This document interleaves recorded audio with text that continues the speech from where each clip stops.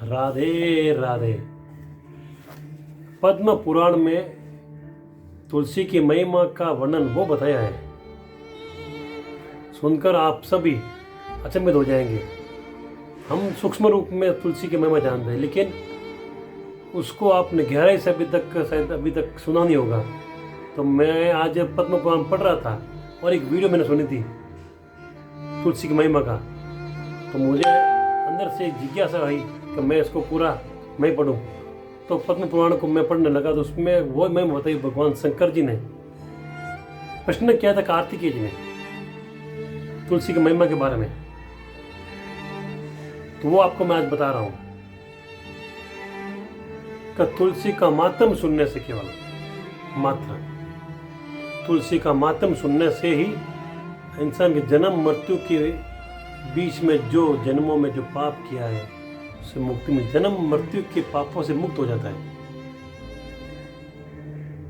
Number 1। Number 2, तुलसी के पत्ते, तुलसी के फूल, तुलसी के बीज, तुलसी के तना, शाखा, जड़, मिट्टी सब पावन होते हैं। तुलसी संभवम सर्वम पावनम मृत्यु का अधिकम। बहुत बड़ी बात है ये, इतना पावनशील है। इसको आप केवल आप स्पर्श मात्र से ही हमारे जन्मों के पाप कट जाते हैं। तीसरी बात, तुलसी काष्ठ की जो सूखी लकड़ी होती है, इसको आप ऐसे ही नहीं समझे, इसको व्यर्थ में नहीं समझे कि कचरा है, कोई बात फेंक दो मत करना से। इसका भी कितना फल मिलता है। तो अपने पास तुलसी की सूखी लकड़ी है, उसको घसकर भी अगर हम श्री कृष्ण को अर्पण करते हैं, उनके विग्रह में भक्ति पूर्वक उनको लगाते हैं, तो हमें भक्ति के स्वरूप में हमें श्री हरि का वैकुंठ धाम मिलता है। सूखी लकड़ी तुलसी की इतनी सरल नहीं है, इसकी बहुत बड़ी महिमा है। तो इसको ऐसे ही बाहर नहीं फेंकें, इस काष्ठ को घसकर कृष्ण को अर्पण करो। तीसरा, तुलसी काष्ठ को लगाने से, दीपक लगाकर, क्या बोलो, बहुत बड़ी बात सुनना आप।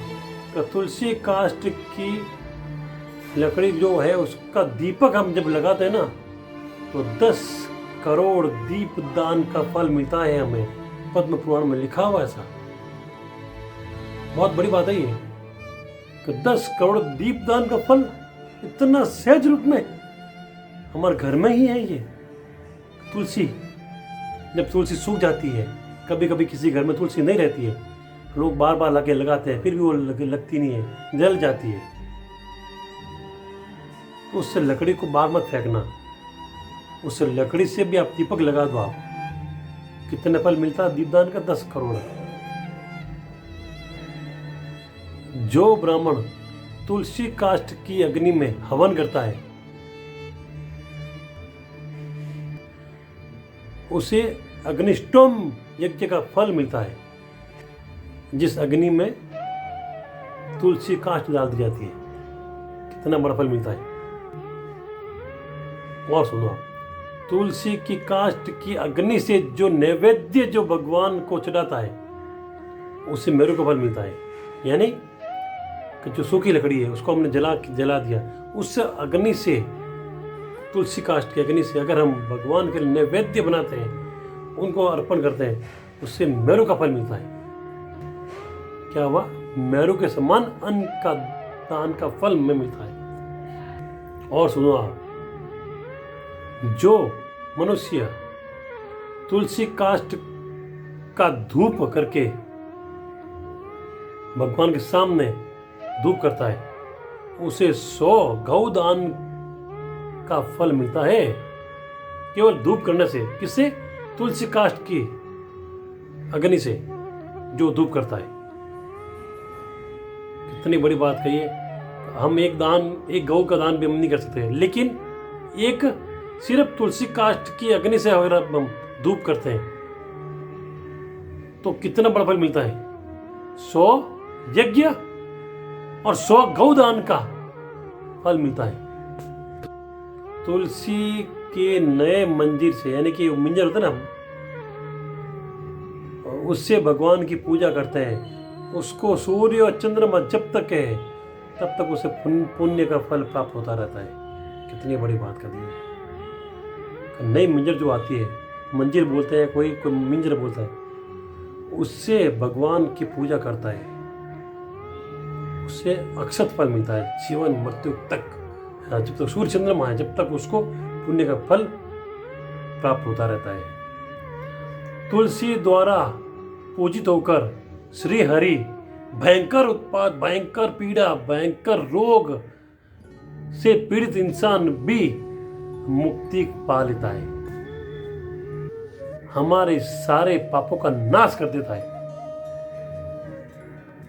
और जो मनुष्य प्रतिदिन तुलसी दल भगवान को चढ़ाएगा, उसके घर के दरिद्रता का नाश हो जाता है। चाहे कितना बड़ा श्राप लगा हो उसको, गरीबी का, वो गरीबी उसके जीवन से चली जाती है। जो प्रतिदिन ठाकुर जी को तुलसी अर्पण करता है, गरीबी खत्म उसकी इंसान की। और तुलसी की मूर्ति जिसके घर में है सदैव कल्याण करने वाली होती है। और लिखा है श्रावण मास में और संक्रांति के दिन जो तुलसी का पौधा लगाता है, तुलसी की जड़ में ब्रह्मा जी रहते हैं, मध्य में भगवान जनार्दन रहते हैं और मंदिर में भगवान रुद्र का निवास है। इसलिए मंजरी भगवान रुद्र को चढ़ती है।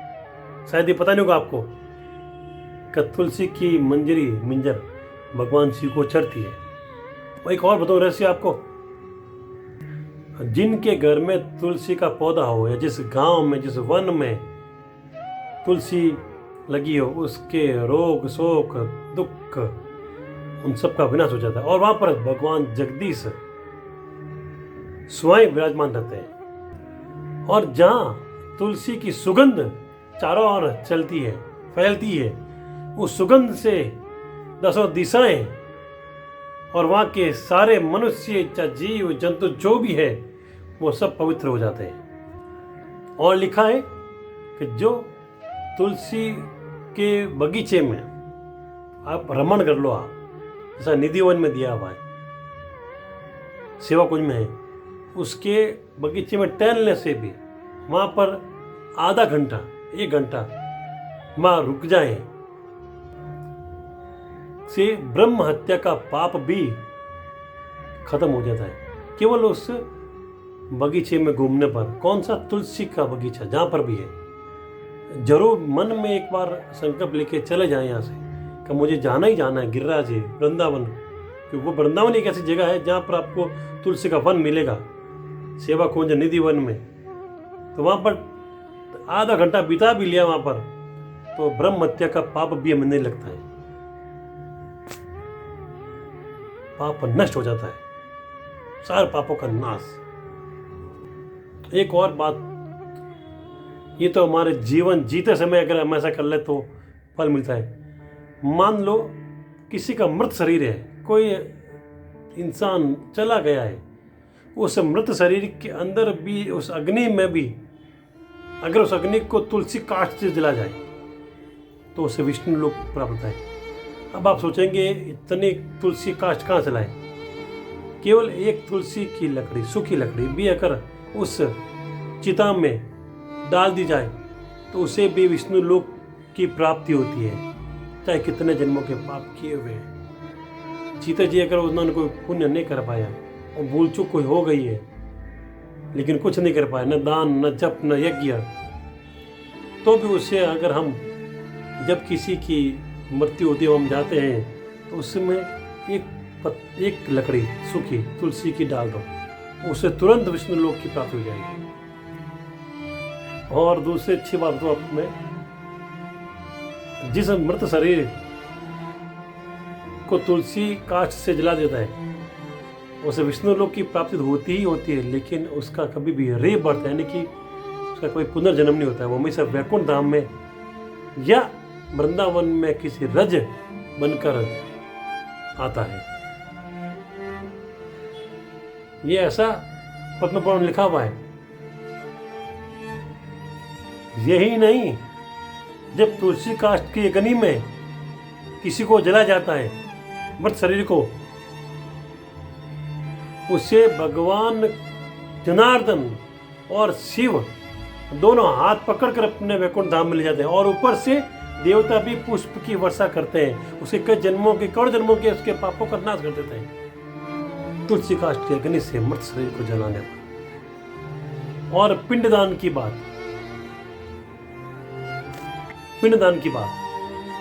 तुलसी दल को मिलाकर पिंडदान करने से उनके पितृ 100 वर्षों तक तृप्त रहते हैं। एक और बहुत बड़ी बात, हमारे श्री राजेंद्र दास जी महाराज जो बहुत महिमा करते तुलसी की, उन्होंने एक बात कही थी कि तुलसी की जो मंजरी होती है उसके अंदर जो सफ़ेद फूल होता है, उनकी सुगंध